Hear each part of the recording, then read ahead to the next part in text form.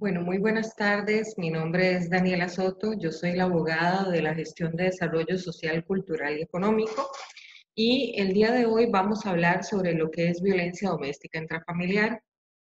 Quisiera iniciar con ustedes compartiendo una reflexión con apoyo de una frase de Nelson Mandela. A propósito de la situación tan convulsa que estamos viviendo como sociedad. Y la frase dice así: nadie nace odiando a otra persona, por el color de su piel, ni por sus antecedentes o religión, y aquí podríamos agregar por su género, por su edad, por su origen nacional o étnico, por su orientación sexual, identidad de género, así como cualquier otra condición.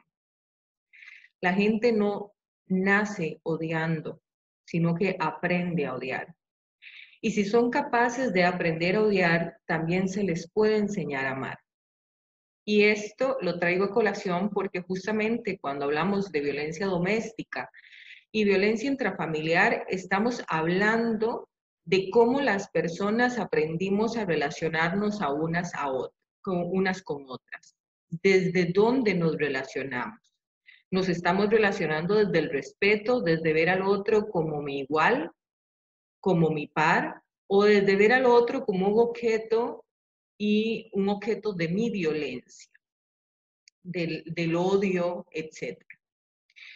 Entonces, si las personas aprendieron a relacionarse de forma tal que muchas relaciones de pareja o familiares son violentas, esto lo podemos desaprender como personas y como sociedad. Justamente a través de la educación, de la reflexión constante, de la autorreflexión, de siempre estar vigilantes de qué comportamientos tenemos que reproducen formas violentas o relaciones de poder, es que podemos erradicar este tipo de situaciones, este tipo de fenómenos. Una vez dicho eso, vamos a entrar propiamente en materia y conforme va pasando la presentación, lo que voy a hacer es generando preguntas y las iré contestando. Primero, ¿qué nos garantiza la ley contra la violencia doméstica? La ley contra la violencia doméstica tiene como finalidad proteger la vida, dignidad e integridad de las personas víctimas de violencia. Entonces, cuando hablamos de violencia doméstica, estamos hablando de derechos humanos, de la afectación de derechos humanos y de la limitación de otros derechos en razón de que una persona está viviendo una situación de violencia. Se protege especialmente a las madres, a las personas adultas mayores, a las personas menores de edad y a la población con discapacidad. Eso es lo que establece la ley contra la violencia doméstica. ¿Qué es? La ley contra la violencia doméstica, si bien tiene como antecedentes convenciones sobre derechos de las mujeres, va a tutelar, porque así lo estableció la Asamblea Legislativa cuando la aprobó en 1996, va a tutelar no solamente cuando es la mujer la que está en una situación de violencia, sino cualquier otra persona. Entonces, va a definir violencia doméstica como toda acción u omisión dirigida contra un pariente, ya sea por consanguinidad, ¿verdad? Cuando estamos hablando de padre, hermano, hijo, hija, ¿verdad? Por consanguinidad, afinidad, cuando hablamos de relaciones entre suegros, suegras, yernos, nueras, ¿verdad? Y familia afín.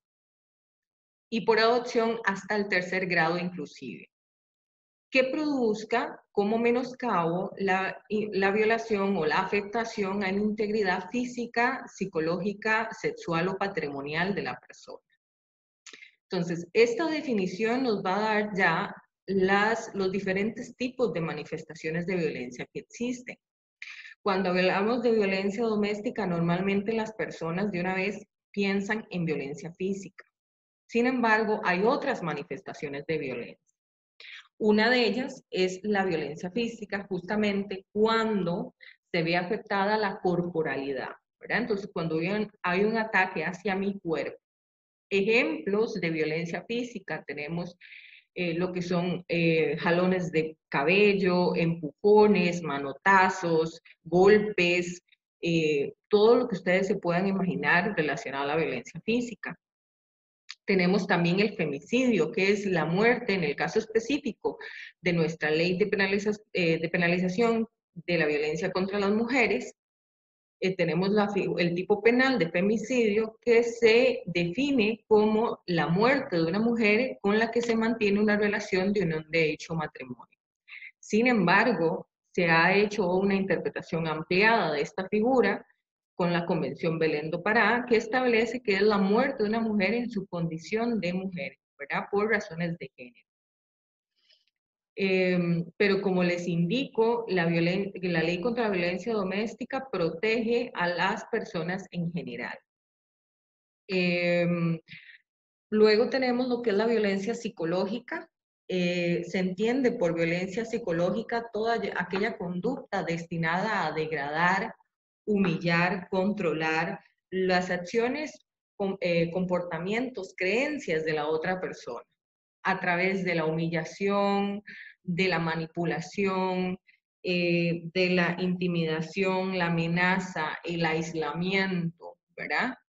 Entonces, hablamos, por ejemplo, con aislamiento cuando no me permiten visitar a mi familia o a mis amigos, o cuando mi familia ni mis amigos pueden llegar a la casa.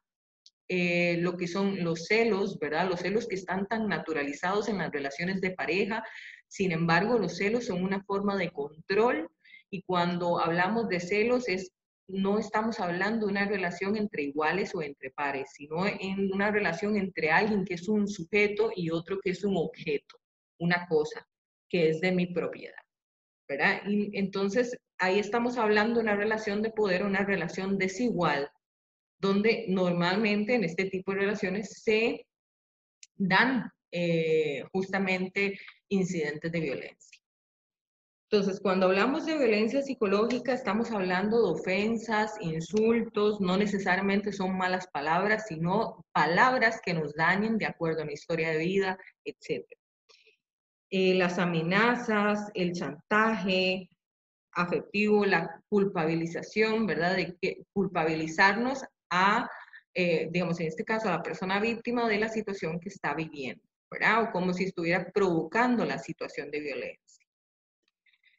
Además tenemos lo que es la violencia sexual, a pesar de que muchas veces cuando hay situaciones de violencia se presenta este tipo de manifestación, no se habla mucho al respecto. Entonces, la violencia sexual la vamos a entender como toda aquella acción que obliga a otra persona a mantener contacto sexualizado que le produce de alguna manera sufrimiento, ¿verdad? Daño. Algún contacto sexualizado, ya sea con terceras personas, o la forma en que se mantienen relaciones sexuales, que sea humillante, dolorosa, etc., estamos hablando de violencia sexual. Entonces, por ejemplo, obligar a ver videos que no queremos ver, el chantaje, el soborno, ¿verdad? Si no mantienen relaciones sexuales conmigo, entonces yo no le doy la pensión alimentaria, ¿verdad? Ese es un tipo de chantaje que es tanto violencia patrimonial, violencia psicológica y violencia sexual.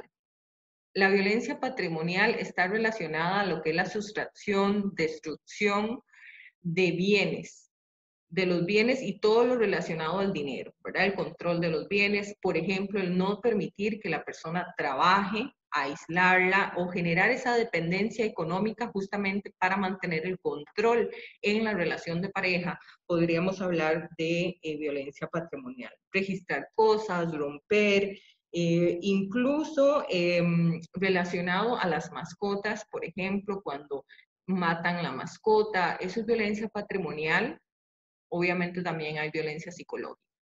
Entonces, como observamos, hay muchos tipos de manifestaciones de violencia. Algo que les quería mencionar también es que cuando hablamos de violencia patrimonial también se dan algunos delitos, por ejemplo, como la sustracción de bienes susceptibles a ser bienes gananciales, cuando las personas en el momento de la ruptura traspasan los bienes a nombre de otra para evitar que la persona pueda ejecutar o pueda reclamar los bienes gananciales que le corresponden o los derechos gananciales que le corresponden.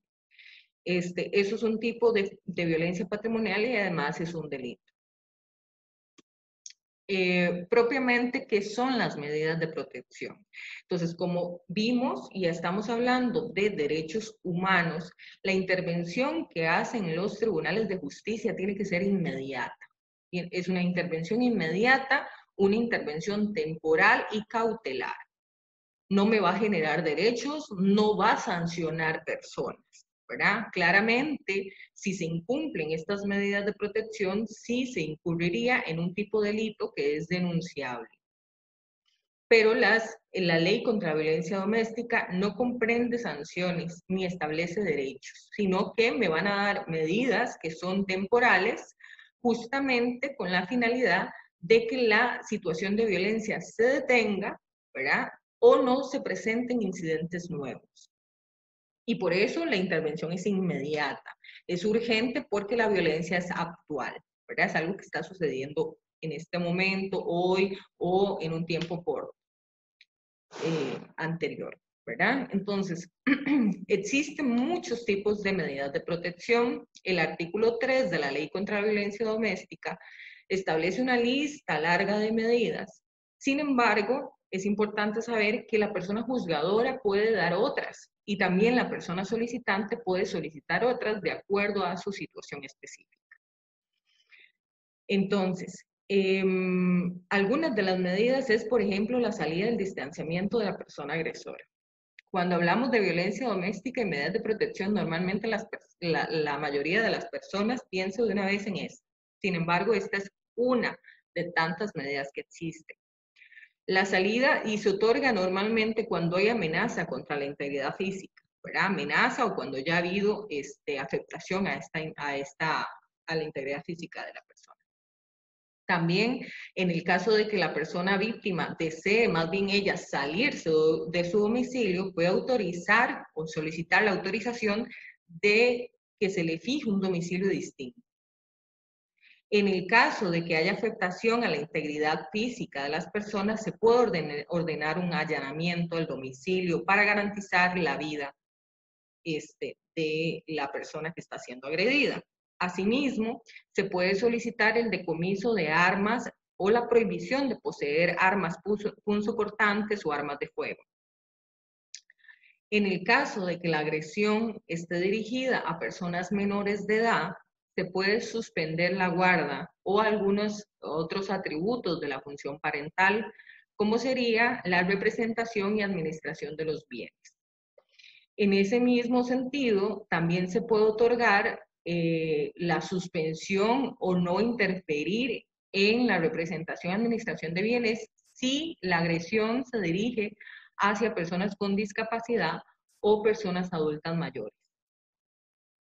También se puede solicitar la suspensión del régimen de visitas, como les indiqué, si la agresión está dirigida hacia esas personas menores de edad. Lo que no se puede es utilizar el proceso de violencia doméstica para discutir, ¿verdad?, la guarda o el régimen de visitas que debe ser discutido en sede de familia, ¿verdad? Estamos hablando de una actuación que requiere la intervención inmediata, ¿verdad?, o de una situación que requiere la intervención inmediata en razón de que se están viendo afectada la vida, la integridad o la dignidad de las personas. Entonces, esto es en casos de emergencia. Asimismo, se puede solicitar la modificación de la guarda. Como una de las medidas generales que se otorgan, tenemos la prohibición de agresión, perturbación o intimidación hacia la persona que está siendo agredida. Prohibición de acceso al domicilio, trabajo o estudio. También se puede otorgar una pensión alimentaria provisional y esto se establece en la Ley contra la Violencia Doméstica porque se sabe que una de las razones por las cuales las víctimas de violencia permanecen en relaciones violentas es justamente la dependencia económica. Entonces se prevé como una medida para justamente evitar que la dependencia económica les impida pues salir de la relación violenta. Además, se puede solicitar el embargo preventivo de bienes de hasta 3 meses, que se puede prorrogar para justamente garantizar el pago de la pensión alimentaria. Cuando se solicita, por ejemplo, la autorización de salida, o más bien la fijación de un domicilio distinto, cuando la persona víctima, la que sale del domicilio, se puede solicitar un inventario de bienes muebles que se ubican, que están dentro de la casa habitación, con la finalidad de que la persona agresora no los destruya o se deshaga de ellos y podamos reclamar los bienes gananciales o la ganancialidad de estos en caso de que hubiera. Asimismo, se puede solicitar el uso exclusivo del menaje de casa o la custodia provisional del menaje de casa, de todo lo que está en la casa, ¿verdad? Sillones, camas, etc. Abstenerse de interferir en el uso de instrumentos de trabajo, y esta última que casi nunca se usa, casi nunca se solicita, que es la indemnización en dinero efectivo por los daños y perjuicios ocasionados producto del incidente de violencia. Entonces, por ejemplo, el incidente de violencia resultó que me quebró el celular, ¿verdad? Me quebró el celular, lo tiró, lo despedazó o despedazó algo material, entonces yo puedo cobrar a través del proceso de violencia doméstica el monto del celular. Pero además me pueden indemnizar por el daño emocional causado. Incluso para ello, la persona juzgadora puede hacer uso del departamento psicosocial para valorar las condiciones en las que se encuentra la persona víctima. Además, como les indiqué, ¿verdad? El artículo 3 prevé que se puedan solicitar y además que se puedan otorgar cualquier otra medida que se considere necesaria para la protección integral de la persona que está siendo agredida. ¿Dónde solicito las medidas de protección? En el juzgado especializado de violencia doméstica, si existe en mi localidad, o en el juzgado contravencional y de menor cuantía, y si no hay ninguno de esos dos, en el juzgado de familia. ¿Qué requisitos necesito? Pues no necesito abogado ni abogada para acudir a solicitarlas. Puedo hacerlo de forma directa, puedo hacerlo por escrito también. No es necesario presentar pruebas al momento de hacer la solicitud. Sí es importante cuando se haga la solicitud de medidas ser claro en cuanto a los hechos. Cuando hablamos de hechos de violencia, decir, bueno, esto fue lo que pasó, cuándo fue que ocurrió, quiénes estaban presentes, si no había nadie que estuviera presente, qué tipo de pruebas puedo presentar, ya sea que las presente con la solicitud de medidas o en la audiencia. Puedo presentar pruebas documentales, ¿verdad? O pruebas periciales como dictámenes médicos, dictámenes de la atención recibida en caso de haber recibido atención en algún centro de salud, alguna constancia de atención en psicología, si estoy recibiendo atención, fotografías del incidente de agresión. Puedo presentar testigos, ya sean testigos presenciales que estuvieron en el momento de los hechos o referenciales, aquellos que conocen la situación de violencia doméstica por lo mencionado por las partes. Y esto es importante saberlo porque la mayoría de las situaciones de violencia doméstica ocurren cuando no hay presencia, cuando no hay nadie presente, ¿verdad? Ocurren en el seno de la familia, en el hogar, y de pronto las personas agresoras, pues por supuesto, tratan de que no haya nadie al momento de ejecutar la agresión. Entonces, es importante saber que los testigos referenciales son admisibles.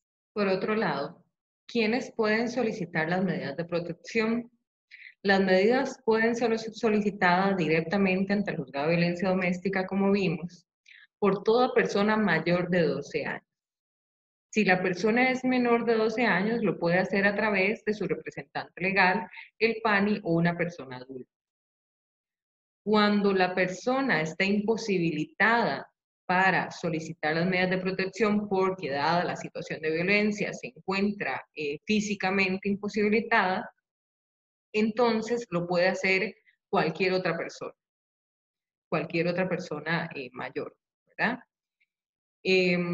También es importante acá hacer algunas diferencias, específicamente cuando la víctima es una persona menor de edad o cuando es una persona adulta mayor. Y entonces, ¿qué es lo que pasa en estos casos?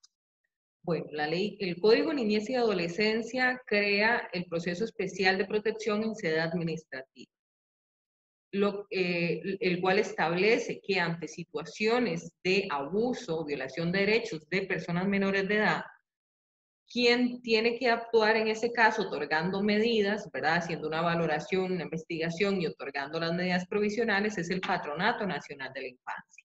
Entonces, porque tiene una normativa y también un equipo especializado específicamente para la atención o el abordaje más adecuado de estos casos.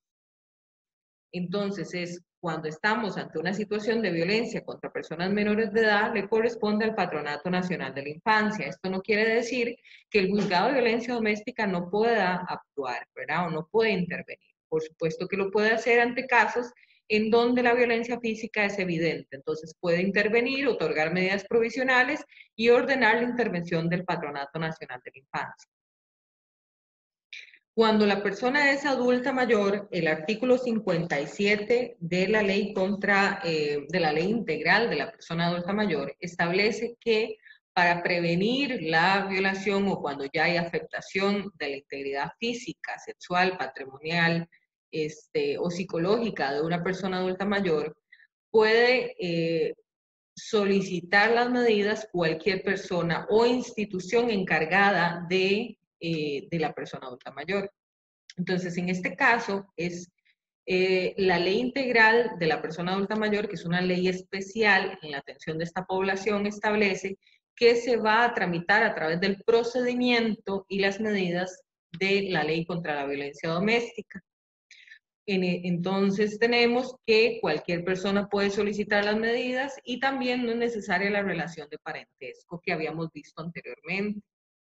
Cuando definimos lo que se entiende por violencia doméstica, hablamos de que es una conducta, ¿verdad?, positiva o negativa, contra un pariente, que produce el menoscabo a la integridad de la persona que está siendo víctima. En el caso de las personas adultas mayores, no es necesaria esa relación de parentesco, sino todo aquel que ejerza algún tipo de violencia contra una persona adulta mayor, contra esa persona se pueden solicitar medidas, ¿verdad?, que garanticen la protección integral de la persona adulta mayor.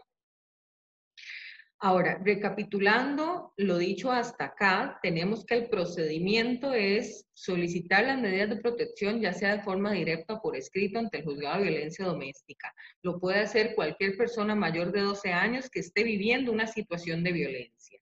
Entonces, en principio, es la misma persona que, digamos, está viviendo la situación de violencia quien solicita las medidas a su favor, ¿verdad? Solamente en los casos en que se encuentre imposibilitada o sea una persona menor de edad ante el PANI o sea una persona adulta mayor. Entonces, en principio, o la regla general es que la persona que esté viviendo una situación de violencia es la que va directamente ante el juzgado a solicitar medidas o lo presenta por escrito. El juzgado tiene la obligación de brindar la respuesta de forma inmediata o lo más rápido posible, porque acordémonos que esto es una situación de afectación de derechos humanos que es actual y que tiene que ser atendida de forma inmediata. Así lo establece la ley contra la violencia doméstica. Entonces, una vez que se otorgan las medidas, y acá también es importante que tanto el rechazo como el otorgamiento de medidas sea dado por escrito para que la persona tenga la posibilidad de apelar. Entonces, si por ejemplo yo llego al juzgado de violencia doméstica y me rechazan las medidas, yo como persona solicitante puedo apelar esas medidas ante el Tribunal de Familia. Si se otorgan las medidas, se notifican las medidas de protección van a comenzar a tener vigencia una vez que se notifica a la persona agresora. Esta persona tiene el plazo de 5 días para solicitar la audiencia, que es el momento oportuno para defenderse en caso de que considere que la solicitud de medidas se basa en hechos que no son ciertos, ¿verdad? O son parcialmente ciertos, etc. Si no hay una solicitud de audiencia, entonces las medidas se van a mantener vigentes durante un año si no hay un levantamiento anticipado de esas medidas por recomendación del equipo interdisciplinario o por orden del juez o la jueza. También se da que, por ejemplo, la persona solicitante de medidas esté en el registro de personas presuntas agresores. En este caso también se tiene que hacer un señalamiento a audiencia, aunque no se solicite la audiencia. Entonces, en caso de solicitarse esta audiencia, el juzgado va a señalar hora y fecha para la celebración. Una vez que ya estemos en audiencia, va a estar la persona juzgadora, la persona solicitante y la persona presunta agresora. Esa es la oportunidad para presentar la prueba, tanto la prueba documental, los testigos, la prueba testimonial, ¿verdad? Como los dictámenes periciales y toda la prueba que tengamos. Posterior a ese momento es que el juzgado va a dictar una sentencia, ya sea manteniendo o levantando las medidas de protección. Estas medidas o esta sentencia, esta resolución, puede ser apelada en el plazo de 3 días. Una vez que ocurre esto, y digamos que las medidas ya están vigentes y se mantuvieron por un plazo de un año, existen acciones de seguimiento, ¿verdad? Aquí no finaliza el proceso, sino que hay acciones de seguimiento y acá es importante ver cuáles son las instituciones encargadas de intervenir para garantizar la protección integral de las personas solicitantes. Al respecto tenemos el juzgado de violencia doméstica o el juzgado que dicta las medidas de protección, está en la obligación de revisar la ejecución de estas medidas, ya sea a través de comparecencia o informes de trabajo social y psicología. También tenemos que la policía administrativa es la obligada de vigilar el efectivo cumplimiento de las medidas de protección. La ley contra la violencia doméstica también crea obligaciones al Sistema Nacional o las instituciones que conforman el Sistema Nacional de Atención y Prevención de la Violencia Intrafamiliar. Esas instituciones son, por ejemplo, los ministerios, Ministerio de Educación, Ministerio de Policía, Ministerio de Trabajo o instituciones autónomas como el IMAS, el PANI, el INAMU, etc., el CONAPAM, entre otros. La finalidad o la intervención de estas instituciones es para brindar un acompañamiento integral a la persona solicitante o a la víctima, que le permita mejorar su situación, así como construir un nuevo proyecto de vida. Así lo establece la Ley contra la Violencia Doméstica. Asimismo, le dice al INAMU que tiene la obligación de brindar acompañamiento y asesoramiento a la persona solicitante. ¿Qué debemos hacer ante una situación de peligro? Pues podemos llamar, si es una situación de emergencia, al 911, a la policía de proximidad. Si se presentan lesiones como resultado de la agresión, acudir a un centro de salud más cercano. Solicitar medidas de protección, como ya vimos, ante el juzgado de violencia doméstica o ante el juzgado de familia contravencional, si no existiera. Además, se puede acudir a la delegación del INAMU o a las distintas oficinas municipales de la mujer, quienes brindan acompañamiento u orientación en el tema de derechos de las mujeres, así como a otra institución, por ejemplo, CONAPAN, o el PANI, ¿verdad?, que son específicas para la atención de la población adulta mayor y de los niños, las niñas y adolescentes.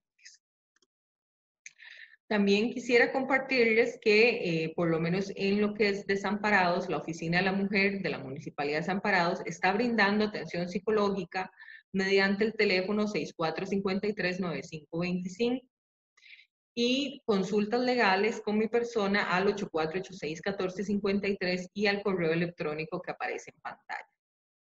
Espero que esta presentación haya sido provecho para todos y todas ustedes. Yo quedo a la disposición para atender consultas, ya sea a través de la página de la red de la red contra la violencia hacia las mujeres e intrafamiliar de Desamparados, o a través de mi teléfono celular o mi correo electrónico. Muchas gracias por haber participado en esta primera actividad de la red virtual y esperamos contar con la participación de todos y todas ustedes en las próximas actividades que estaremos publicando de forma oportuna. Muchas gracias y buenas tardes.